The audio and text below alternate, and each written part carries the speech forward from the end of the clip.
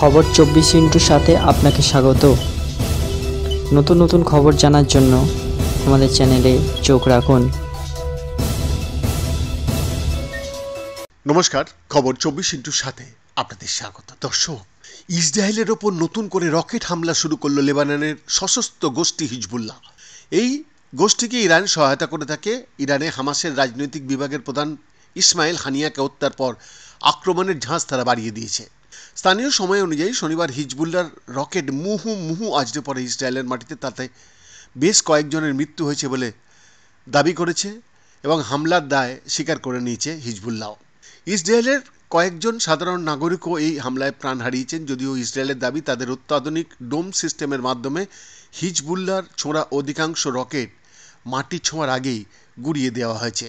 Israel এবং প্যালেস্টাইনি সশস্ত্র গোষ্ঠী হামাসের মধ্যে যুদ্ধ চলছিলই, তাতে অন্যান্য গোষ্ঠীর ইন্ধনও ছিল। কখনো কখনো সক্রিয়ভাবেও হামাসের পাশে দাঁড়িয়ে ইসরায়েলকে আক্রমণ করেছে লেবাননের হিজবুল্লাহ বা ইয়েমেনের হুতিরা। কিন্তু সাম্প্রতিক ঘটনাবলী পশ্চিম এশিয়ার যুদ্ধের চরিত্র বদলে দিয়েছে। ইরানে হামাসের রাজনৈতিক বিভাগের প্রধান ইসমাইল হানিয়াকে হত্যা করার পর সংঘাত আরও তীব্রতর হয়েছে। পশ্চিম এশিয়ার নতুন সংঘাত আরও প্রকট হতে চলেছে বলে আশঙ্কা করছেন পর্যবেক্ষকরা। এই সংঘাতে ইসরায়েলের বিরুদ্ধে সরাসরি যুদ্ধে নামতে পারে ইরান, যে আশঙ্কা করা হচ্ছিল সে ব্যাপারে কিন্তু আমেরিকাও তৎপর হয়ে গেছে।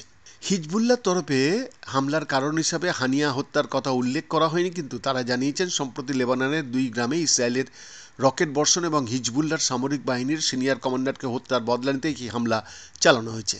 আগামী দিনে আরও বড় হামলার হুঁশিয়ারিও দেওয়া হয়েছে। হিজবুল্লাহর হামলায় কোনো প্রাণহানির কথা স্বীকার করেনি ইসরায়েল এবং হামাসের যুদ্ধে প্রথম থেকে ইসরায়েলের পাশে দাঁড়িয়েছিল আমেরিকা।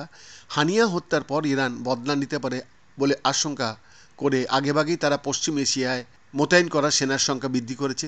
আমেরিকার প্রেসিডেন্ট জো বাইডেন এই পরিস্থিতিতে ইরানকে সংযত থাকতে বলেছেন। তার আশা, হানিয়া হত্যার প্রতিশোধ নিতে বড় কোনো পদক্ষেপ করে পশ্চিম এশিয়ার শান্তি বিঘ্নিত করবে না ইরান। তবে পর্যবেক্ষকদের মতে পশ্চিম এশিয়ার পরিস্থিতি ক্রমে কিন্তু আরও জটিল হচ্ছে। ইরান কিন্তু হাত গুটিয়ে বসে থাকবে না বলেই মনে করছে সবাই।